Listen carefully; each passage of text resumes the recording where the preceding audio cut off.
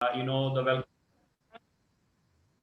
welcome session, or the end notes that will be given by the company's director, Mr. Kishore Shenge sir.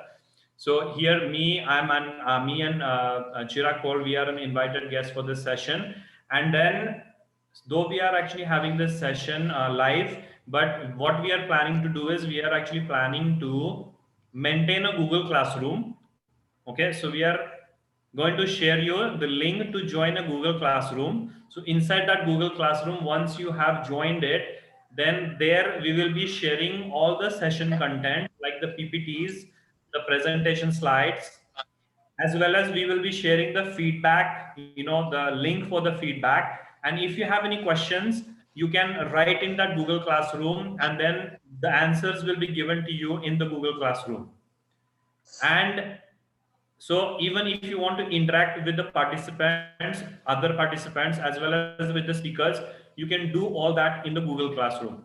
So the WhatsApp group that we are having right now, that is a temporary group. It is just going to be used for sharing the registration link as well as the session link. So once the session is over, then anytime in future we can remain connected through the Google Classroom that we are going to start with, right? So maybe in the meantime, in the session itself or after the session, please make sure that you join the Google Classroom when the link will be shared with you, or if it is already shared with you on the WhatsApp group. And then from there you can give the feedback, you can write your questions, and you can wait for getting your answers. Okay, so this is a little on the administration part of the session. And now let us start the actual session. So today's session, we're going to start with IELTS. So I would like to welcome on behalf of Proin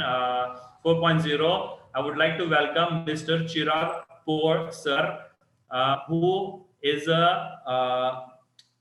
currently in Germany. So he had been through the process of giving IELTS tests as well as GREs, and then he have been pursuing his masters in Germany. And so he has a lot of experience to share. And let me welcome him. So let's not waste much time. So please, Mr. Chirakol, sir, please take the call from now onwards. Okay. So thank you, everyone. I'll be back again. Thank you, Dr. Dave, sir. Now I'll share my screen. Mm.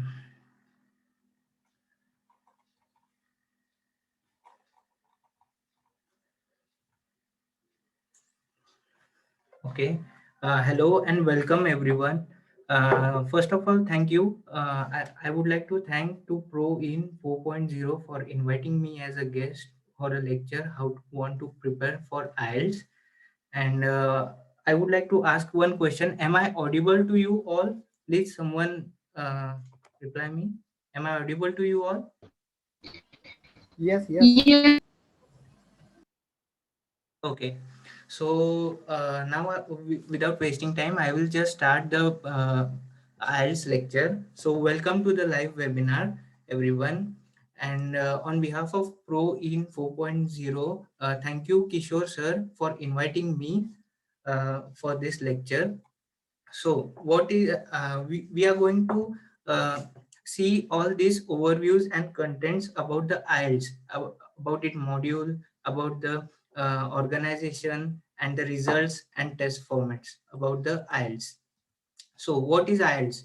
IELTS is known as International English Language Testing Systems. So if you want to study in abroad, or if you want to go in universities which are out of countries, foreign countries, and if you want to study there or work there, then you have to speak in English, because many of the countries can't speak our Indian regional languages. So as English is a professional business language, we have to learn English and speak English language in the foreign countries. So IELTS is an examination used for foremost experts, used globally by universities and college to measure the competency of people who wish to study or work in English speaking countries.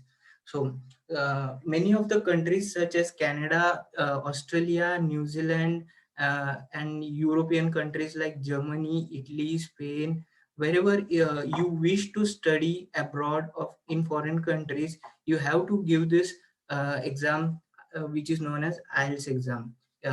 So what is uh, sorry, so IELTS basically is an English language which measures your communication skills in the foreign language with different types of peoples and their accents. So IELTS is conducted by the two most uh, recognized organization known as IDP, which is International Development Program, or a British Council. So basically, there is no difference between the IELTS test at British Council and in IDP. No different marking systems. It is a same exam. So you can conduct with a British Council, or you can conduct with an IDP.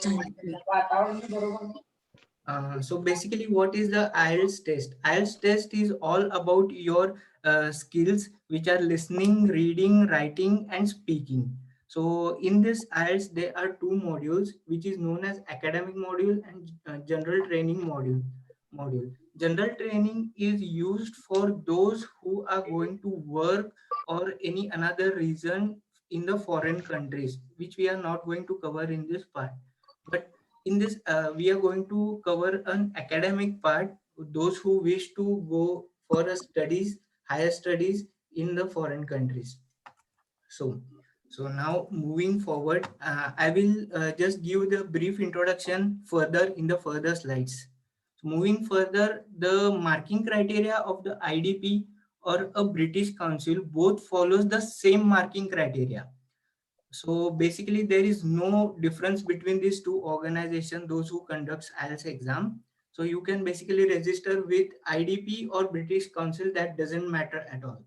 So listening and reading tests are marked clerically grounded or on correct or incorrect answers. So basically listening and reading have a questions and you have to write them answers, and the marking will be based on your answers. Basically it is correct or incorrect.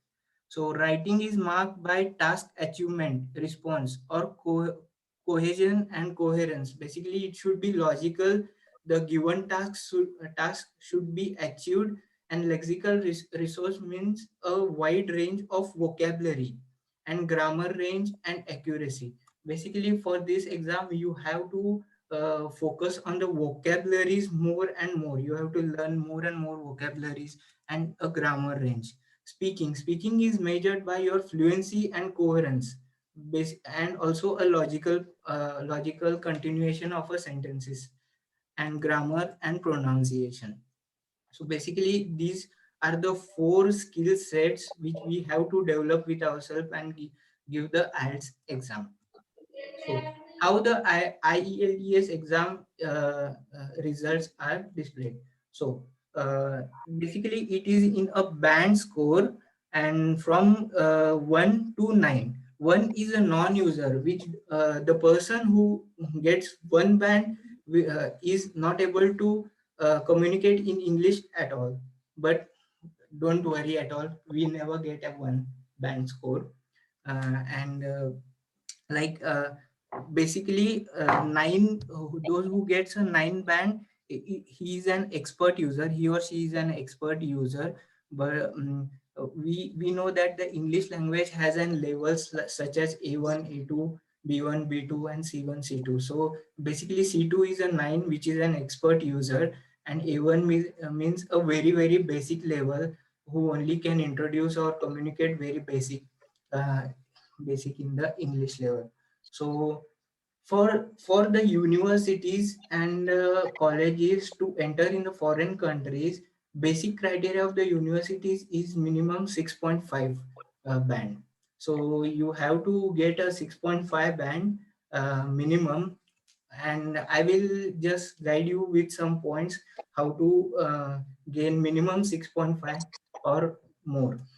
So basically, the test result is valid for 2 years. There is no passing or failing marks. So whatever band you get, it's a pass or failing. That doesn't matter at all. Your band just defines which university you will go. So an easy to use with 9 band scale clearly identifies the proficiency level. So if you get a 9 band, then your proficiency level is defined uh, that you are an expert user. So what is the IELTS test format? Basically, IELTS is been distributed in four main skills, that is listening skills, with listening skills, academic reading skills, academic writing skills, and speaking skills.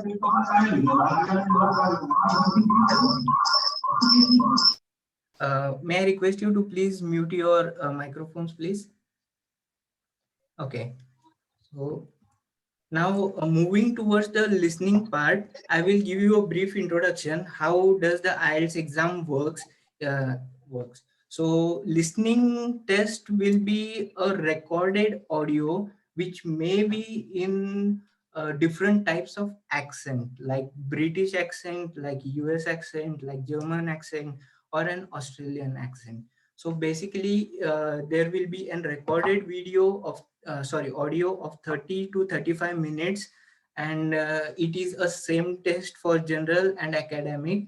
So and you will get an answer sheet different with a question paper, and you will get a 10 minutes after the recorded audio is over to transfer your answers on the answer sheets. Basically, it has an 4 parts and 40 questions. So you have to solve the 40 questions, and the types of questions will be covered in the listening test is multiple choice questions, matching informations, plan, map, diagram, labeling, form and note completion, table completion, flowchart completion, or sentence completion. So basically, you have to prepare for all of these questions in the listening test. So moving further, how the sections are being distributed, I will let you know. So first section will be between like two peoples talking, said daily social context, frequently telephone conversation, like friend to friend talk, friend to family talk. You will hear these types of conversation in section 1. So, section 2 will be of monologue set in everyday social context. Basically, it will be a long audio you will hear from a guide or anything, and you have to listen very carefully and write the answers for these questions. Section 3 will be a conversation between up to 3 to 4 people set in educational or training context, like 3 to 4 people are sitting together and discussing about the academics or discussing about the projects somewhat. You will hear this audio in the section 3, and section 4 will be a monologue on an academic lecture or conversation. Basically, it will the section 4 will be of the lecturer is giving a lecture on a certain types of academic lecture, or reading an article. You will hear this type of audios in the section 4. So basically, the section 1 to section 4, this section goes from the level easy to hard. Section 1 will be more easier, section 2 will be a little bit of easier, section 3 will be more harder, and section 4 will be getting more harder. So it is no need to worry at all. I will let you know how to uh, increase your proficiency in listening test. Basically, you can just watch your Netflix videos, or you can hear different types of movies, English movies, and you can also search a Google how to increase the listening test. So the best part of us, like, we can use a Netflix videos, watch TV, watch news about the US accent, Australian accent. We can just practice it like that. So moving further, we come to the reading test. So reading test, it's a duration of 60 minutes, and there is a no transfer time, no answer transfer time. So basically you will get a question paper, and you will get a space to write answers in your question paper itself. So no need to worry at all. But recommended time for each part is 20 minutes. But as I said in the listening test, this section also goes from the level easy to hard. There will be a three parts, three paragraphs in academic and three in general training. So basically, uh, three parts will be like distributed in 20 minutes. But what I will suggest you, that first section will be easy, second will be the moderate, and third will be hard. So I'll suggest you to spend some 15 minutes on your first section, 20 minutes on your second section, and 25 minutes on your third section. And there will be a 40 questions which you have to attempt, and you have 1 hour to solve these questions. So basically, reading test, as I said, it has three paragraphs. It will be anything like authenticate text and taken from the books, journals, magazines, newspapers, and articles. So basically, most of the people faces problem here. Suppose in my case, I have interest in science and technology. If the reading part gives me the text of science and technology, it will be easier to digest the text. But if you get an text from the literature or anything historical, if you don't have interest in that subject, it will be hard for you to digest that text or uh, the lectures. So you need to practice and read a lot for these things. And then the paragraph will be an overall text length of 2150 to 2750 words, and may contain some non-verbal material such as diagrams and articles also. So what will be the question types? The question types will be a multiple choice, identifying information which is true, false, or not given. So here there will be such a questions that it will be a true, false, or maybe the information is not given in the question or in the paragraph. So you have to identify it very carefully, and you have to write the answer there. Same with it as a writer's view or claim. Like, yeah, if writer is saying this and the question is different, you have to identify that and say yes, no, or whether the writer is given the information in that paragraph or not. So matching like information, heading, features, sentence, ending. Like there will be a paragraphs, and it has been identified as A, B, C, D, or 1, 2, 3, 4. And in the questions, they will ask you that this information is given in which paragraph. You have to basically identify that information while reading the paragraphs, and you have to then write the answer for this matching questions. Then sentence completion, summary completion, note completion, and table completions. So basically you have to complete this information by reading the text or paragraph. You How to practice this? Basically you can buy a Times of India newspaper, or you can read the journals, read the newspaper articles, magazines, and various types of books. This is the only thing you can practice for reading. You have to practice, practice, and only practice. That's the key solution for the IELTS. So moving further, uh, so moving further, the writing test. So writing test is basically of 60 minutes, and you have two tasks. So you should spend about 20 minutes on task 1 and about 40 minutes on task 2. Task 2 work twice as many marks as task 1. So basically there will be a two tasks. One, you have to attempt 150 words, and second, you have to attempt 250 words. This is the minimum criteria for the writing section. You have to attempt. If you fail to attempt 150 words in section 1, then you will lose marks. And if you have to attempt 150 words, and same for the task 2, which is 250 words. So moving further, like task 1 will be presents a table, graph, diagram, maps. This is for sure you will get the questions on tables, graph, diagrams and maps. You have to define it on your own words. There will be a maps or diagrams, you have to write a description of 150 words. And same like there will be a in task 2 you have to write an essay writing in response to the topic which is represented as a point of view or argument or a problem. So both tasks should be written in a formal style with most of the students lose here marks in the writing task because uh, we don't try to achieve the uh, achieve the words, or we fail to use the vocabulary, wide range of vocabulary. So and also the main role is grammar here. You have to do it properly, lexical, use lexical resource and cohesion.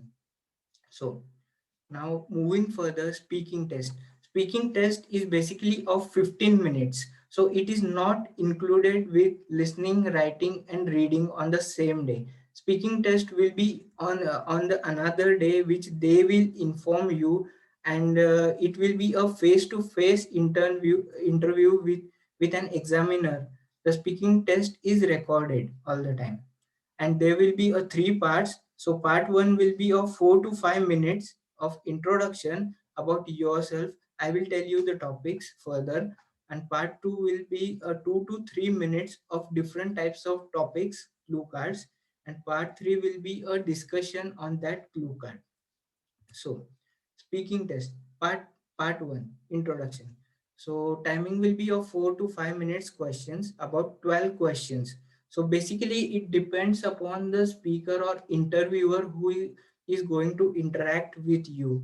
The topics will be your hometown, work study, hobbies, food, clothes, sports, friends, reading and writing, shopping, festivals. So basically, these are the very basic topics on which the interviewer may ask you questions on any topics.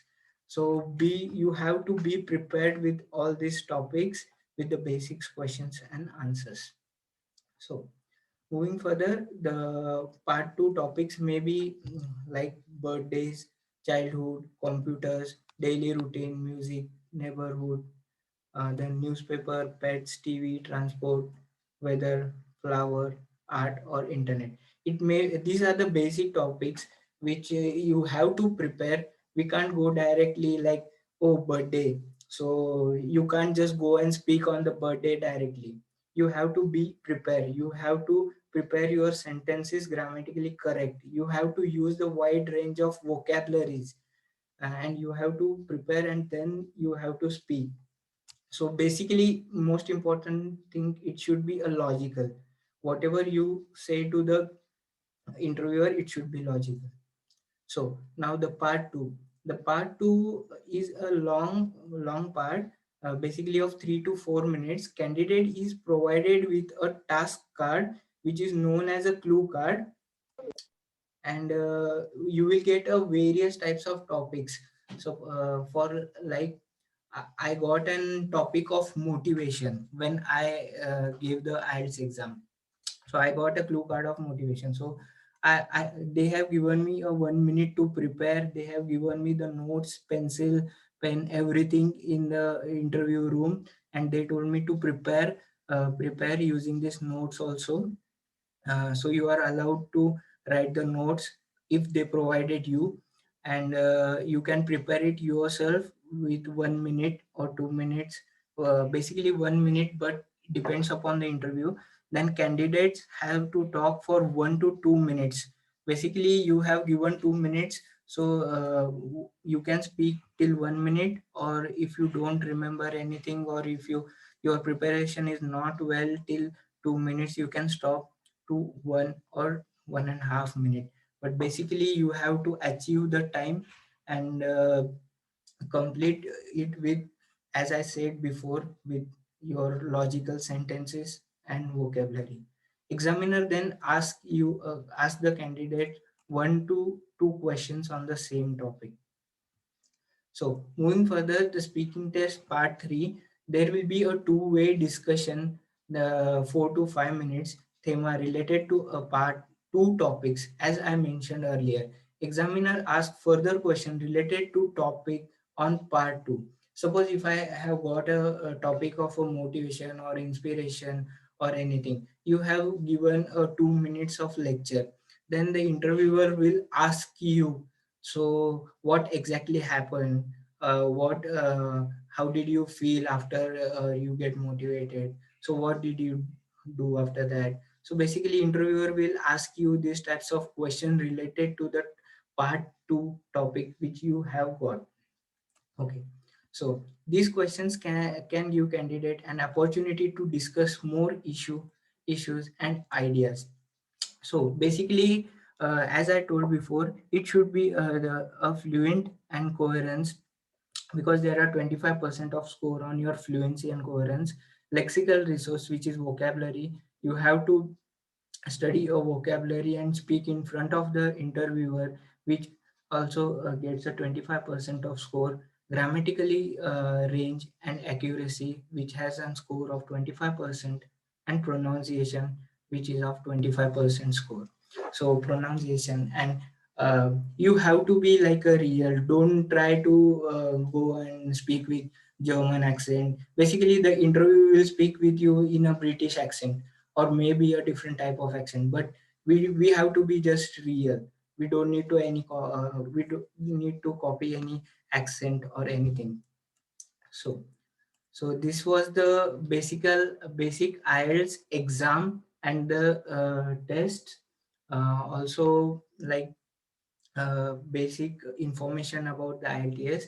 Now, how to prepare for IELTS? I'll just give you a small hint. When you register to an IELTS exam, the British Council will send you an book, a small book with an CD of recorded audios. Then you can practice it at home. Basically, it is a very easy exam, not too difficult exam. We have to like study this exam not only the purpose for education in abroad or anything, but for our personal skills development. For the development of our personal skills, listening, reading, writing, we have to practice it. And as like in for if you take my example, I have to write my thesis in my university as a part of my master's program. So we can't just go and write, okay, this is what I got from this. Normal English is not at all good, like we won't get good marks. So we have to study for an academic English, in which we have to use the wide range of vocabularies, and it should be a logical and uh, making sense sentences likewise. So basically giving this exam is not only the purpose of studying for abroad or anything. It's not like that. So in your personal life or personal day to day life, it will be a more useful for you. And also you can improve your English and make practice of this exam by reading newspapers, watching English movies. This is like you can watch English movies in your free time. You watch the movies with subtitles, read articles, read magazines, and then listen to the various types of accents like news. You can watch a TV also. So basically this is the way you can learn and practice for IELTS. And only one key solution is there for your IELTS to get a good score is practice. You have to practice and practice.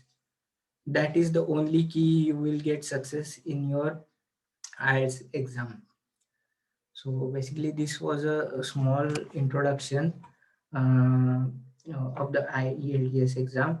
And now further, I would like to stop here, and I would like to invite Dr. Dave sir to continue further. Hello,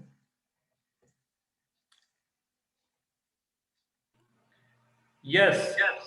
Dr. Am I Devashi. audible? Thank you. Thank you so much, Chirag, Mr. Chirag Kaur. It was definitely an informative session. Many of us or many of the students or faculties who are attending the session, they found it informative. That's what at least it seems in the chat.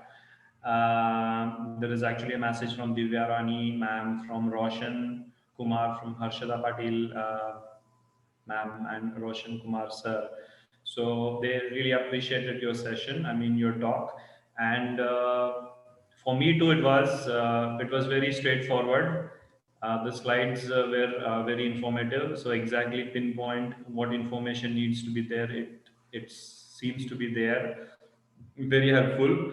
And as I mentioned, like after the session, we're going to share with you the Google Classroom link. So please join the Google Classroom link so that you can get access to the slides, the PPTs, and you can interact with the speakers. As well as if you have any questions, you can type them there in the Google Classroom, and then you will get the answers there. So you can have a long-term, commitment with the speakers of this session. So, and thank you so much, Chirag sir, for inviting me. So, I Thank you, am sir. myself, I'm Dr. Nandkishore Davle, and I'm the next speaker. And just let me share the slides which I'm supposed to talk on today. So, so I shared the screen. So, is it visible? If someone from your side can turn on your mic and let me know if it is visible, if I'm Yes, audible. yes, sir. You are Yes, clearly sir. audible. Okay, good. So Chirag, he already gave you some, highlights of ILTS.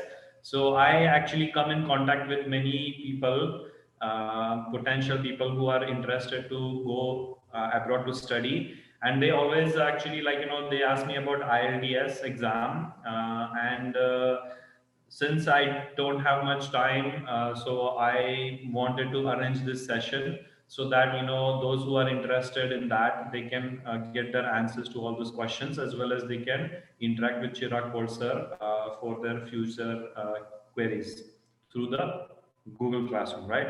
So now my topic is about about Canada and how to prepare ourselves in terms of pursuing higher education in Canada. Okay, now why I'm linking this session is because IELTS is also a kind of an exam that is, the score is kind of useful when someone wants to go to Canada. If they want to go there on for educational basis, or if they want to go there to immigrate, permanently for the permanent settlement in that country. So in both cases, they need to appear for the IELTS exams. There are two types of IELTS exams. One is a general, one is an academic. So the academic portion is already covered by Mr. Chirag sir. However, the general portion, we might actually have to arrange another session to, to talk about that again. And I would like to thank ProN 4.0, because through this platform, I'm able to, convey my knowledge, my information to those aspirants who are interested to go study abroad, and especially to Canada. I only talk about Canada.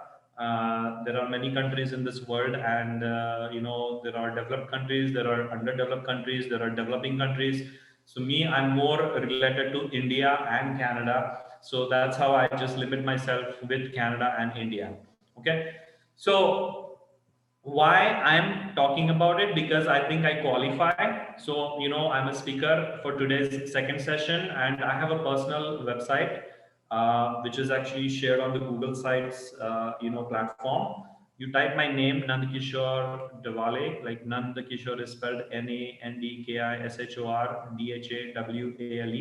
You will find a web page. So in that web page, you may find a lot of information about me. However, I just wanted to highlight, so me and my educational qualifications. So I'm from Sangli. I did my 10th, 12th, and engineering education from Sangli. I did my engineering from Vasantdada Patil Institute of Technology, Gurgaon, in the instrumentation engineering branch. And then I moved to Canada. So since 2004 until 2018, early 18, I was in Canada. There I pursued my master's, my PhD, as well as my postdoctoral studies. And all of that has been from a highly reputed institute, like one is Concordia University and one is McGill University. Both are located in Quebec state in Canada. Okay, so then I'm again in India. I keep on moving between India and Canada. So since I'm in India, and even if I'm in Canada in future, still, I can communicate with you guys. And if you have any doubts, queries, questions, you can always try to connect with me, okay, through the platform that is given to you. So definitely I qualify for this topic. So summarizing my experiences in Canada, so as a child I lived there for 5.44 years, and then as an adult I lived there for approximately 14 years. So I lived there in general. I lived there for around 20 years. So I also worked there in industry for 4.5 years in different areas, so from customer service, manufacturing, food processing, rail, automobile space, aerospace, agriculture, and environment. I have 2.5 years of research and teaching experience while doing my master's. I have around 4.5 years of research and teaching experience while pursuing my PhD studies in Canada. I have 1 year of research and teaching experience during pursuing my postdoctoral studies in Canada. And then I have 1.5 years of research experience during working as a research associate in Canada. So in total, I have like around 14 years of, experience in Canada. So I will first start, with basics of Canada. So where is Canada? We are in India, and I'm just taking the name of city of Mumbai just for reference. So India is not Mumbai. India is India, and Mumbai is one of the city in India, which is a popular city. It used to be also called as Bombay. So Bombay or Mumbai, from there, how far is Canada is, there is a city called Montreal, which is somewhat in the interior from the coastal line. So that distance is approximately 12,068 kilometers by the air. So the air distance can be slightly greater than, like if you try to draw a straight line. So if you try to draw a straight line from Mumbai to Montreal, that distance might be different compared to the air distance. Okay, so India is in Asia and Canada is in North America. So if we all know the continents, so there are 7 continents. Among the 7 continents, these are the 2 continents, Asia and North America. So the green one showed in the left figure is India, and the orange one showed in the right in the left figure is in the extreme left of the left figure is Canada. Okay, so Canada, it is the second largest country in the world by area. It is the second largest. Okay, so Russia, USSR, that used to be like one of the biggest, and then after that it is Canada. So if you look at the, I have a map here on the screen. On the right side, there is a picture which illustrates, the geographical map of Canada. So if you look from east to west, means there is a territory called Yukon Territory, and then there is a on the extreme left, and then there is a territory or a province called as Newfoundland. So if you look from east to west, the distance is 5,514 kilometers. Okay, and if you look from south to north, so south is like somewhere in Ontario, okay. And if you look into the north is somewhere like very far in the Nunavut. So there is a Nunavut territory which is in some like light orange color. So from there to there the distance is approximately 634 kilometers. So it's a big country. Okay, it is made up of 10 provinces and 3 territories. Like India, we have a lot of states. So states are like provinces, and then we have territories like union territories. So those are actually like similar. So Canada has 3 territories. Okay, so the names of the provinces start from Alberta, which is on the extreme close to the extreme left, like next to US. So Canada is connected with US by land, so the below part of Canada is US. the left part of Canada is connected to Alaska, which is another US state. Then it is also connected to the Pacific Ocean on the left. It is connected to the Atlantic Ocean on the right. It is connected to the Arctic Ocean on the north, right? So three sides are connected with the oceans. So Alberta, British Columbia is like, extreme left in pink. Manitoba, which is somewhere like, purple in the center. Newfoundland and Labrador is like, extreme right, like, extreme right in blue. Northwest Territories is actually up of British Columbia and Alberta in yellow. Then Nova Scotia is like, it's next to again Newfoundland, like, to the south of it, in purple. It's a very tiny province. Then there is Nunavut. Nunavut is actually again the orange color, the big territory on the north, extreme north. Then Ontario is the territory where we are all aware of, like Niagara Falls. It is next to another province called as Quebec. There is Prince Edward Islands, so that also is kind of near to. It is like near to Newfoundland and like Nova Scotia, just a little bit on that area. And then there is Quebec. Quebec is like the one in purple, pink. That's where I am from. And then Saskatchewan, that is another province which is between Alberta and Manitoba, in the green color. And then Yukon Territories is the one extreme left, in purple. It is connected with the US territory called as Alaska. Okay, so this is actually, something about the geography. Now, let me just share with you the population. So population in Canada, in North America, they call it millions. So millions of population, like, million. So million, what is million? It is 10 raised to 6, which is equivalent to 10 lakh. So 10 lakh is 1 million. 20 lakh is 2 million. 100 lakh is 10 million. So 100 lakh for us is 1 crore. Yeah. So the 1 crore is 10 raised to 7. So there is a relationship between 10 raised to 6 and 10 raised to 7. So I just wanted to show these numbers, right? Because in India we call crore, we call lakh, and in Canada we call it as millions. So the population of Canada is approximately 38 million, which is equivalent to 380 lakhs, which is also equal to 3.8 crore. And that population is, distributed among the states. So this table actually kind of shows you the population between years 2011 to 2016 to 2020. And if you see, like, there are different actually increase or decrease in the population. Not decrease in general, there is always an increment in the population. So in last 10 years, the Canadian population has grown, to 0.95 crore, which means 950 lakhs. So that much of people kind of, connected with Canada.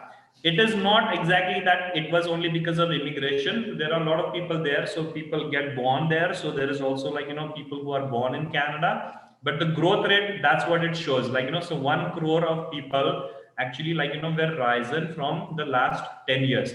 So if we compare some numbers, Mumbai is like, 2.1 crore. Delhi is 3.1 crore. Kolkata is 1.5 crore. Pune city is like 0.7 crore. Okay, so Canada is like, near to Delhi. So one state of Delhi is equivalent to, like, near to equivalent to the entire, like, country of Canada. So the population wise, you can understand. So if there is that much less population, then we can understand that there is so much of space, right? There's a lot of space. Okay, let me just check once. Am I audible?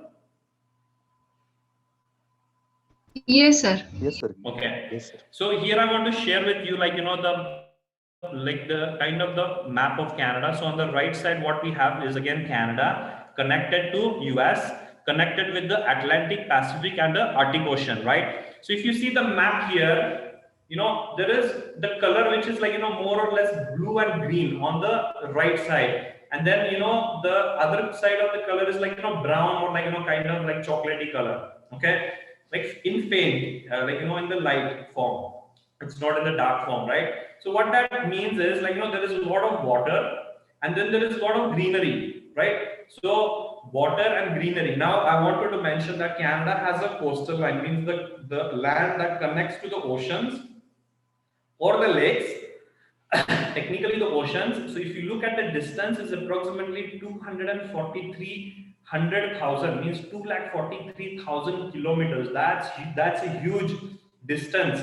That much of length is connected with the oceans. Okay, there are 87,000 sorry, there is actually 8,798,000. So 8 million means 87 lakhs 98,000. Okay, 87 lakh 98,000 freshwater lakes. Okay, you can understand, you can imagine freshwater lakes, the lake that is filled with fresh water. Fresh water can be used for any purpose. So those, what are the numbers? 87 lakh 98,000. Okay, Canada has more than any other country in the world, the number of lakes. With 563, just out of that 87 lakh, just 563 lakes are larger than 100 square kilometers. If you multiply that together, that is 563,000, which is twice the size of the state of Maharashtra. So Maharashtra state is actually having an area of 307 or 3,07,713 kilometers square. So totally it is estimated that 12 Maharashtra states can fit in the area that is actually for the freshwater lakes in Canada. So togetherly we have 12 Maharashtra states filled with fresh water in Canada. So under area under fresh water, so there is a Great Lake. The Great Lake is somewhere connected near Ontario and stuff, that area. So that has 18% of fresh water. Okay, here why I'm mentioning, because the living resources, the most important living resources are water, air, food, shelter, right? So the basic resources, if you are going to get, then it is always interesting for anyone. So again, Canada stands for high at 97 in terms of its air quality index. So the quality of the air, the higher the number, 97 is very high, it is good. So India is somewhere 3. Okay, so India is 3, Canada is 97. So the air quality is very, very pure, obviously because of the population. Food resources, so Canada has also farms. You have seen that it has a huge area of land. So on that huge area of land, there is also a lot of farms, and then the farming activity is kind of divided into different types of farms, like dairy farming, beef farming, pig farming, poultry farming, all other animal production, field crops, fruit and vegetables, greenhouse, nursery, floriculture, and all kinds of farms. So in total, they have 2,29,373 farms. That was actually in the year 2006.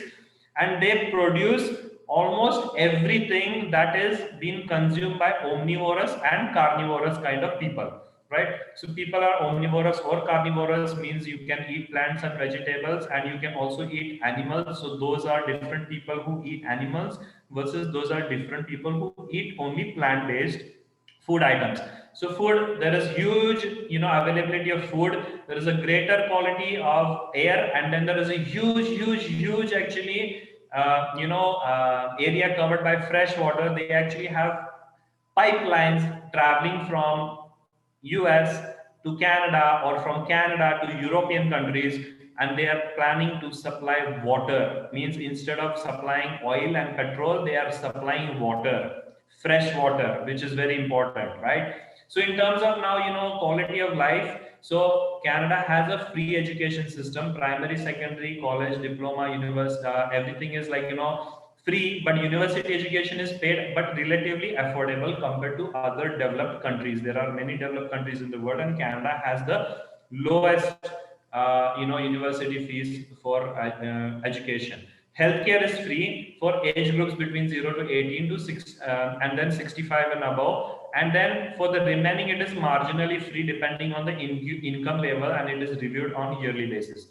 There is always a early child care subsidized, means the working women who are actually at the childbearing age, if they want to work, so there is a child daycare service. They can put their kids in that daycare, and that is fully subsidized, means it is actually economical, it is affordable to everyone, so everyone can go and work, and then they can take care of the kid, and then they can come home again, and so it is actually, it's going to be helping the economy as well as helping the mental state of the woman, because they are, if they are actually stuck with the kids development, then they will actually not have any development in themselves. So that's why they have this kind of facility. And then employment insurance, so if anyone loses their job because of unavoidable situation, for example because of COVID, right now many people lost their job, but there is employment insurance, means the insurance is going to pay them their salaries until they actually get back to their work, or they get back to school or anything, right? So these are for handling of stressful life situation in affordable manner. So that is also one of the benefit of Canada. Now, how to go to Canada? So there are actually 4 different ways. Out of that, one way is like on basis of studies, and that is what the objective of today's talk is. So we are going to discuss a little bit in more brief how to go to, if someone wants to go to Canada on basis of studies. So anyone can go there for diploma, for trade means ITI, for college, for undergraduate programs, for graduate programs including certificate, diploma, master's degrees, PhD degrees, postdoctoral studies. So if you go there to study, if your education program is more than or less than 1 year or up to 1 year, then you can get a work permit to work in Canada for 1 year. If your educational program is more than 1 year, then depending on the duration of that year, you can get up to 3 years of work permit. So number one, anyone wants to go to Canada, they can go there to study, and after the study, they can get a work permit and they can find a job, and then they can continue living in Canada, and then they can apply for the permanent residency, and then they can actually permanently even settle in Canada. Okay. So number two is the option, basis of immigration. So a lot of people who are actually not of educational age, means they have actually like they are professionals now. They have been actually out of school for a long time. They are below like in their early 40s, or in their late 30s. So they can also go to Canada based on immigration. So there are two programs. One is actually run by the central government, and one is run by the provincial government. There is a website for Immigration Canada, and you can definitely go and visit. So there you can find a lot of information on those programs and how you can benefit from that if you're interested. The third one is like on basis of education. So if you want to go to Canada, sorry, on basis of business. So if someone already has a business in India, and you want to go and expand your business in Canada, means you want to start a new business, you want to expand your business, so you can go to Canada and you can actually run your business. So all those members who are living in India, who are from the business families, they can also immigrate to Canada. They can go there to do business. There are a lot of questions on these topics, and there are a lot of answers for those topics. You can find them on CIC, means actually it's a Citizenship and Immigration Canada website. It is a government run website, and you can find all that information. So the questions are there. For these questions, you can find all the answers. The fifth way to go to Canada is on basis of startup. So this is what today's talk is actually going to be more or less on. So startup innovation and entrepreneurship is something like, if you are extraordinary, if you are ordinary, then there is a conventional method, but if you are extraordinary, so anyone who is extraordinary, or anyone who is ordinary now and they want to become extraordinary, so that extraordinary, like is something who is going to become an entrepreneur, who is going to actually work with innovation, who is actually going to have a startup. So there are programs to go to Canada for those kind of people, so who are extraordinary. Again, that is the information is available on the CIC Canada Immigration Citizenship website. You can try to find all that, and if you have any queries, you can always contact me. We don't have much time today, so I'm just going to work on the education part. So in terms of now education, there are actually different steps. You can go to nursery, you can go to primary. If you are actually if you are a parent, then your kids might be in nursery, they might be in primary, they might be in secondary. After secondary means grade 10, then they can go for diploma, certificate, trade is ITI, or they can go for higher secondary means 11th and 12th. After 11th, 12th, someone can go to diploma, they can probably again do some certificate, or they can do again trade, they can go to ITI, or they can opt to go to university for bachelor's. After bachelor's, they can go for postgraduate studies, which is actually diploma again, certificate, or again master's. After master's, you can go for doctorate. After doctorate, you can go to postdoctorate. Now, this is not common. This is actually not just specifically for engineering. It is common for any branch. You are in science, you are in arts, you are in engineering, you are in technology, any you're in the medical field, you're in the biological field, it applies to everyone, right? So we all have to go through this step, and the levels that we want to achieve, it is up to us. So extraordinary is something like, okay, you're a doctorate, you're postdoctorate, you actually, or at least you have a master's, because compared to bachelor people, maybe you have a master's. So yeah, you're a little bit, you're not ordinary now, you're extraordinary. You're a doctorate, yeah, now you become more extraordinary. Oh, you're a postdoctorate, then you are even more extraordinary. Okay, so this is what is important. So you have to become extraordinary. If you become extraordinary, there are a lot of programs, even in India and abroad.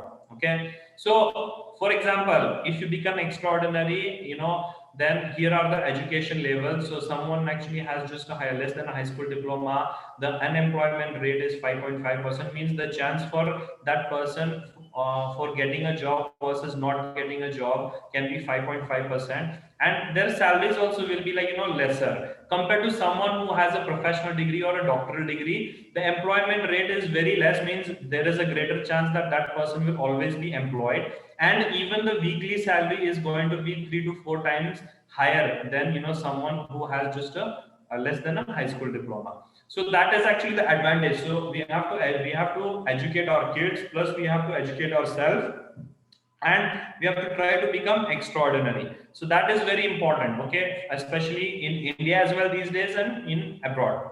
Now, when you actually want to educate yourself, again we have to understand the levels. Like, so someone who is extraordinary has capabilities, which are, or they have the thinking skills, which are actually lying on the top portion of the pyramid, versus those who are ordinary, they will only have the skills that are, or the level of thinking which are going to remain in the lower segment of the pyramid. So remembering, understanding, applying is common, but analyzing, evaluating, creating is something like you become extraordinary. So to actually become extraordinary, you have to pursue your masters, your PhD, your postdoctoral studies, right? So then you might actually reach the top of the pyramid, right? So if you're going to create something, means you make something, you create something, you build something, then you become, the extraordinary, right? Even if with your experience, you build a big house with your own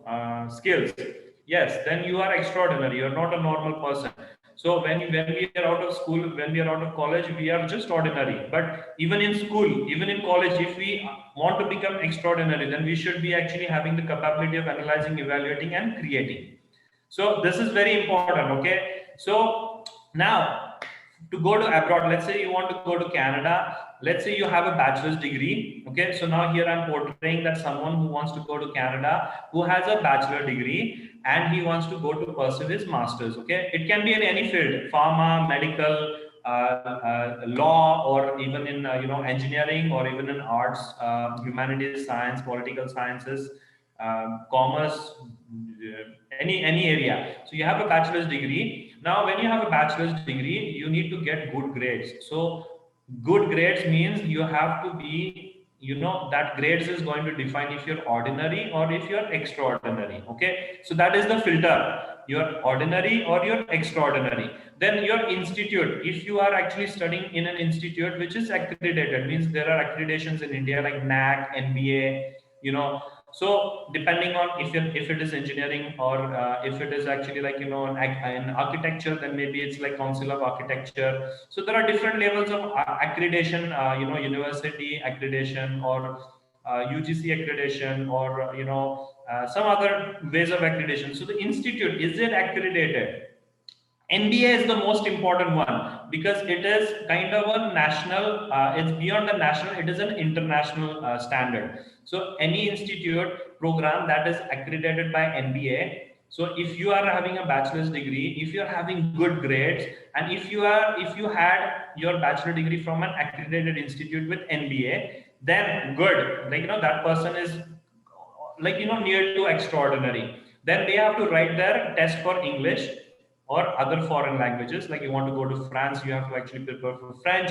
You want to go to Germany, you have to prepare for German. You want to go to Norway, you have to prepare for Nordic. You want to go to Spain, you prepare for Spanish. Likewise, so you write the test for those foreign languages including English, and then you can get the good scores. Chirag sir has already, give you an example, how you can actually get good scores in IELTS. So out of that, then there are also like some other tests, like if someone wants to go to do an MBA, someone wants to go to US, someone wants to go at undergraduate level, so then they can appear for GMAT, they can appear for SAT, they can appear for GRE, they can appear for CAT, that is in India, CET is in India, SAT is in India, because this is GATE stories in India, because these are also like, sometimes the GATE scores are also qualifiers for someone who wants to get into master's program in some Middle Eastern countries or even in some South Asian countries. So that is important. Then you have to also prepare yourself for qualitative and competitive aptitude tests. RS Agarwal, Shakuntala Devi and all that. Then interview and group discussion. So if you're going through IELTS, you are anyways going to prepare for interview and group discussion, because that is actually being tested for your IELTS. So preparing for IELTS is going to help you twofold: one, for actually writing the test, and also for facing interview and group discussions. So it is a good thing to go through it. Then you have to write a cover letter, you have to have a statement of purpose, and then you have to have good reference letters, at least 2 reference letters. Now reference letters comes from your institutional, actually, members. Like, it can be like, the HOD, it can be the principal, it can be the class teacher, the professor from your school who has a good reference for you, because you actually had a good reputation, you are extraordinary for him, and that's why he can give you a reference letter, right? So out of that, so these are like, these are some common ways to go abroad to study. Like, you apply even in India. If you want to go apply to an institution, then these are the steps. But then now, if you want to become extraordinary, let's say you want to go to Canada because you are an extraordinary person, or you want to go to US because you are an extraordinary person, you want to go to UK because you are an extraordinary person, then what extra can you actually have, like, from the beyond what you already have? So you should actually be adapting some additive skills. Additive skills are like, which are those skills which are like kind of hands on, and they are not included in your curriculum where you are actually pursuing your bachelor's degree. Okay, so it should be something beyond that. You should be writing publications. So again, if you are good in IELTS, if you have a good score in IELTS, if you're good at reading, writing, then you can write good publications. You can write some good papers. You should have some patents, if you can actually get some patents, if you actually participate in international internships, if you actually do hands-on, if you can participate in volunteer work, if you attend some or organize some conferences, workshops, webinars. Like right now what we are doing, it's like a knowledge session webinar. So if you're actually participating in it, then you're going to actually get the knowledge. If you can conduct some, if you can participate in some, and if you can put all that in your CV.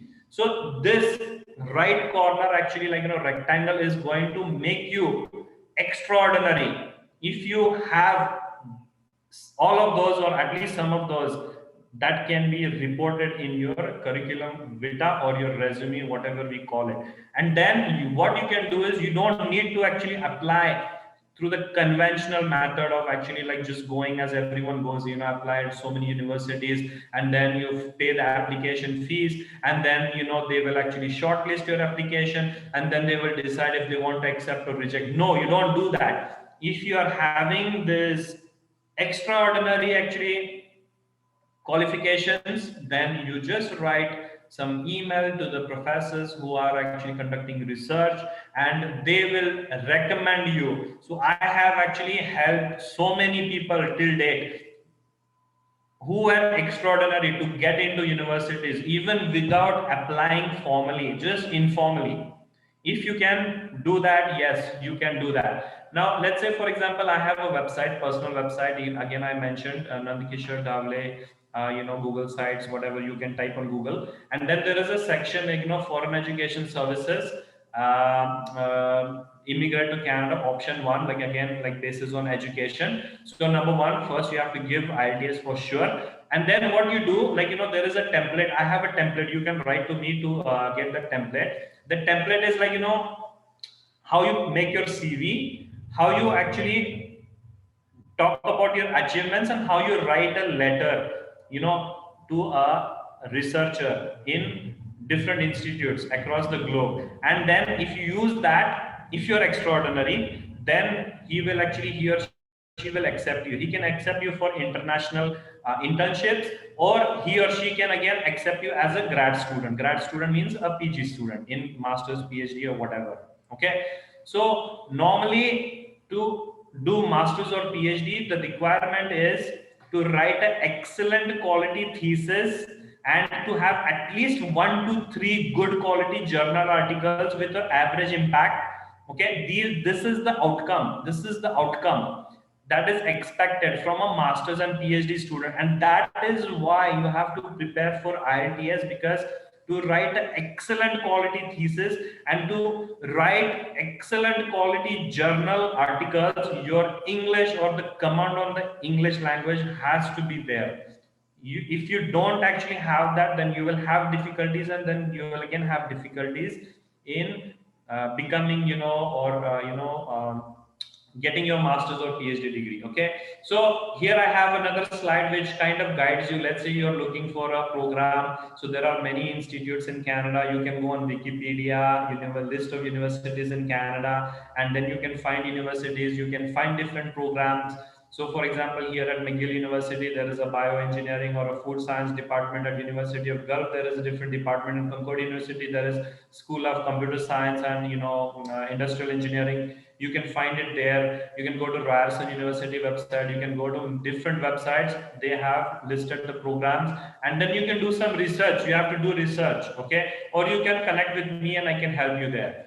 Then once you are done with your research, now for example, let's say you have to have a plan, you have to have a financial plan. You want to go to Canada, you need to have a financial plan. So in general, let's say you want to go to Canada, it is required to have 30 to 40 lakhs in Indian rupees at minimum, because your fees will be like between 35 to 30 to 35 lakhs thousand in Canadian dollars, which is equivalent to 15 to 20 lakhs. Then your living essential cost, this is actually for 2 years master program, will be like around 15 to 20K, which is 10 to 12 lakhs. And then other random expenses can be between 5 to 10K, which is 3 to 6 lakhs. Okay, so this is what you need to have. In addition to it, the student can be eligible for partial tuition fee. Means you are actually, if you are an extraordinary student, maybe your tuition fees can be waived, or maybe some portion of it can be waived. But I'm just telling you that you need to be prepared for that financial requirement. It can happen that, as I mentioned, if you're extraordinary, you might not even need to pay any fees. You will just have to cover your living expenses and your random expenses. But what they will do, they will actually give you stipend. So if they give you stipend, that can also be covered. So maybe your degree can be like fully like sponsored. So it can happen if you are going to become an extraordinary person. Now in general, if you go to Canada as a student and you want to actually get the permanent residency, and if you want to get the Canadian passport, then it can take up to not up to, it is guaranteed up to 9 to 10 years. So within 9 to 10 years, you will get the permanent residency and also the Canadian passport for Canada. If you go to US, there is no guarantee you can get the permanent residency, which is also called as a green card. Right now, the timeline is 70 years. If you go to UK, not possible again. But for Canada, for sure, you can have a Canadian passport. Now, in general, if you become a student and then if you want to get the timeline, how long you'll get the Canadian passport. So let's actually get this, like master's degree 1 to 2 years, work permit issued for 1 to 3 years, eligibility to work as a PR and then apply for PR is 1 year. So receive your PR within 1 to 2 years, and receive your Canadian citizenship between 4 to 5 years after getting the PR. So let's say you went to Canada in September 21, then by the year of 2029, you will be having a Canadian passport in your hand. Now, what is the advantage of actually having a Canadian passport? Okay, so what is the advantage of having a Canadian passport? Is the Canadian passport is continuously rated as one of the top passports in the world because it allows you to work in over 30 countries on a working holiday. A working holiday is an extended stay in a foreign country where Canadian citizens can work without visa.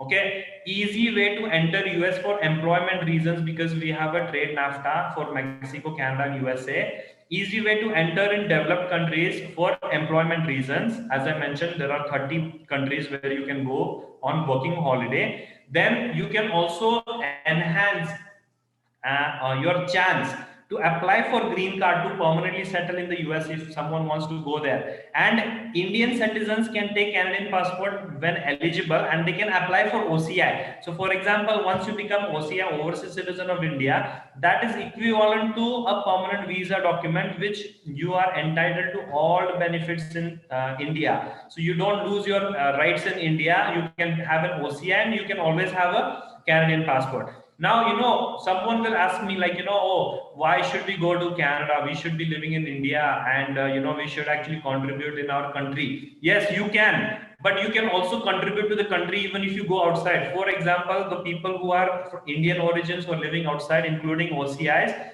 they are just 1% of 1.3 billion. So the population of India is 1.38 billion. Out of that, only 1% are actually outside, but they are contributing in the GDP of 2.9%. This is the data for 2017. So people, Indian original people living abroad, they still contribute in India's GDP, and that is actually, you see, only 1% contributing 2.9%. So that is actually great. We are actually proud actually to become Indians, and we can always go outside and we can still contribute in our country, right, for our nation. So what are the different ways you can actually become over actually over or extraordinary? You can learn Lego robotics, you can learn Arduino, Raspberry Pi, IoT, you can learn about CAD, computer aided design tools, softwares. You can get hands on with 3D printers. You can be good at C programming, Python programming language. You should actually apply that for artificial intelligence, machine learning, deep learning. You should again be good in data analytics. You should be good in geographical information systems like GIS. You should be writing research papers, and you should be filing intellectual property rights. Intellectual property rights, it is actually kind of trademark, copyright, virtual R&D, utility patent, industrial design. You should be involved in the innovation cells in your schools because they actually have all this facility. Then you should try to make your digital CV, you should make your digital portfolio, you should actually be able to do digital marketing using social media or professional media platforms. And all of that is going to enhance your CV. You're going to become extraordinary, and you can qualify for a good institute in Canada as well as at global level, including India too. Okay, so I think that's it. This slide actually I've prepared for Pro in 4.0 because they actually told me that even if I'm an invited person for this session, I should be preparing my slides in their format. So the last slide is from them again. So they have having a website, Proin in fez.com. You should try to visit this website, and they will actually help you to become extraordinary by making your CV stronger. They have different services. I think Kishore sir, the director of Pro in 4.0, is also going to be speaking right after me. So if you have any questions, answers, sorry, we are short of time, and that's why we have created this Google Classroom. So any questions, any queries, any feedback, good, bad, so it will help me to improve. Please don't forget to write about it in the Google Classroom. Okay, so thank you so much, and I think I will like to invite the next speaker for the session, which is Mr. Kishore Shendge sir, the director for Pro in 4.0 International Consultancy Services. Great day, good day, everyone.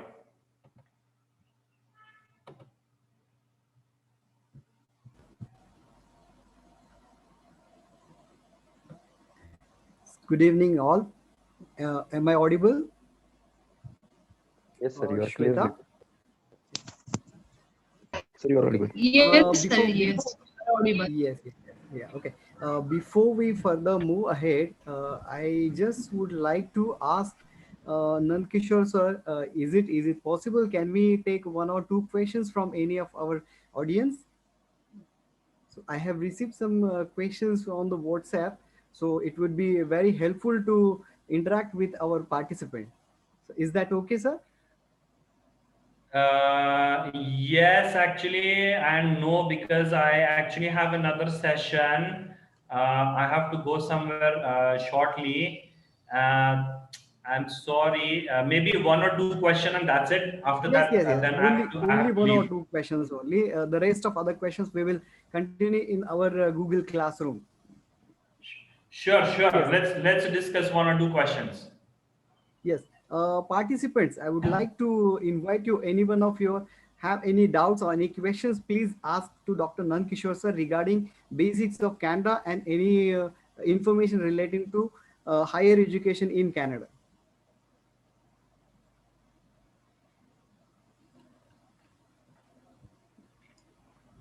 Anyone?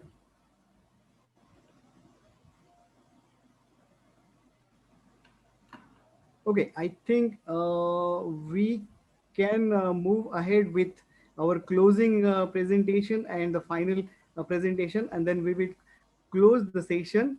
And we have created our Google Classroom, and we have shared that link also in the group. So also I would like to say all the participants, you can ask your questions and any doubts, any information you require from us, you will get from there. Okay, Chirag sir, can you start the presentation, the first mine one? Yes, sir. Chirag Just a sir? minute. Yes. Kishore, sir, you can also like share your screen with your presentation. It's allowed like on this. So, but still, I will do it for you. Just a second.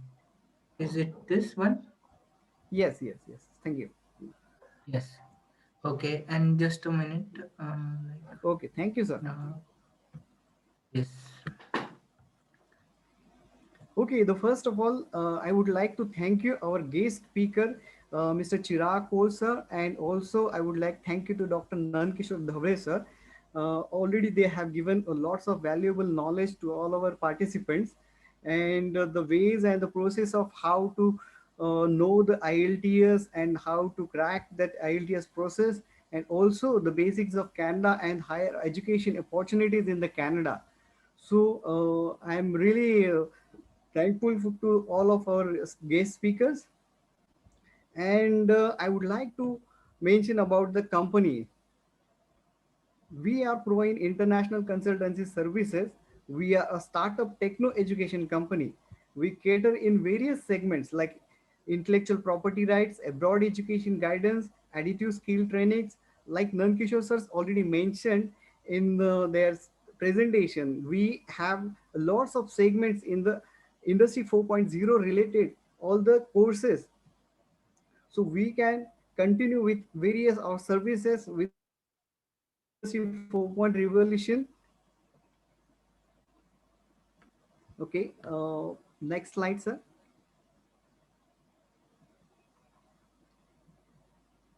Chirag, Okay. sir.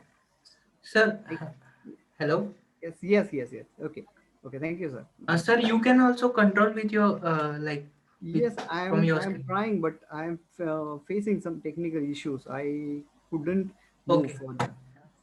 Okay, I'm sorry, sir. Yeah, okay, okay. Thank you, sir.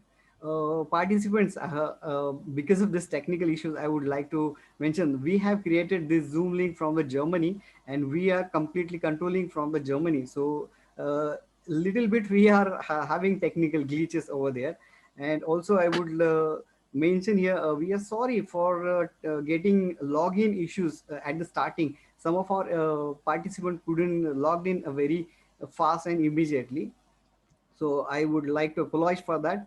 Okay, so continuing to that, I would like to mention that like we mentioned, we have hands-on additive skills training and internship programs in education 4.0. We have internship program for engineering students, and also some of the technical students who are from the diploma backgrounds and management of some of it. Okay, so in that segment, there we provide the Lego robotics, Arduino, Raspberry Pi, and IoT. Also in some of the softwares in CAD, and we are also specialized in 3D printer technology. So nowadays we can see that there are lots of the things are happening in the 3D printing technology. So we are making aware all our students, all our professionals, how to prepare themselves in the field of 3D printing technology. And also like everyone is aware now, data science is everywhere, everyone is listening the data science everywhere using the data science. So we have some of the data analytics program also, and also AI, ML, and DL.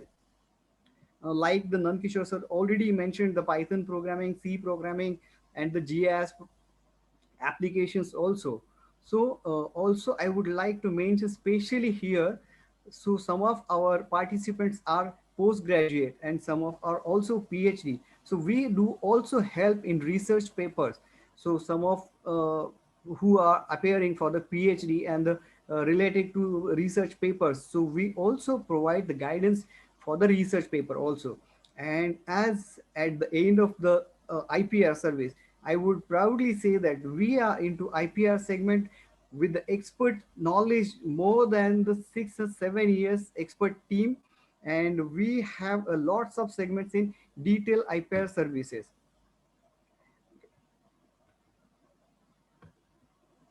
Okay, so specially I would like to mention in our IPR services. So one we have virtual R&D. So I would like to also mention that we are the major one company who do the IPR virtual R&D in the IPR segment. Also the copyright services, trademark services, and we do also run the entire year innovation sales in colleges, in schools as well. We do provide industrial design projects for the student level, education level. Also, we do utility patents. And the last part of this is the enhancement, like the Nankishore sir mentioned, the boosting of the your CV.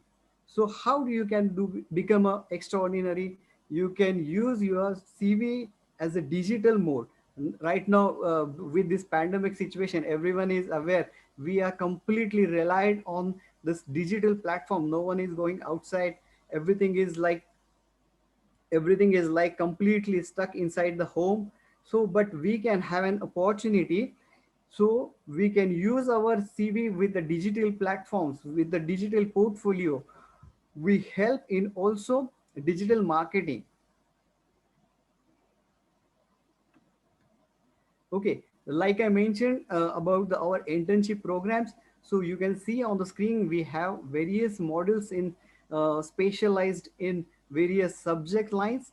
So we do provides in all these segments in details.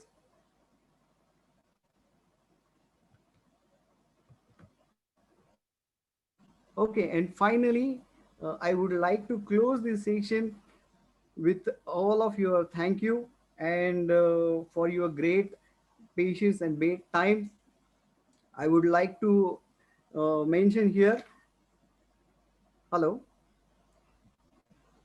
Chirag sir. Yes. Hello, sir. Yes, Yeah. be still there. Okay. So you can visit our websites proinfpz.com. We are also available on LinkedIn. We have our special page on LinkedIn.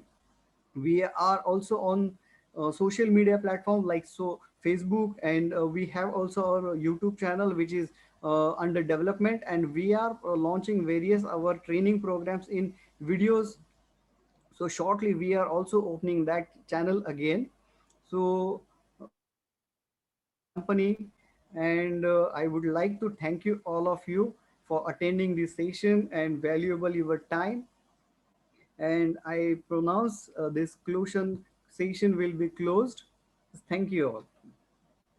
Thank you, sir. Okay, anyone have any doubts or query about anything? We have created our Google Classroom links and we have shared in the group, so anyone can ask any questions, doubts, anything about our services. You can directly ask over there, sir. Thank you, sir.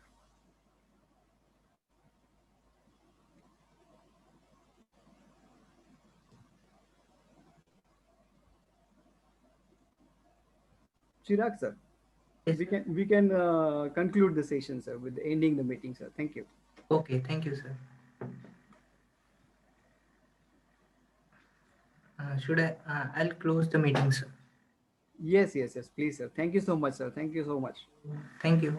Yes, Chirag, can you please save everything? Save, the session data before, means once you close it, it will ask you to save. If you can save Okay. that, thank you.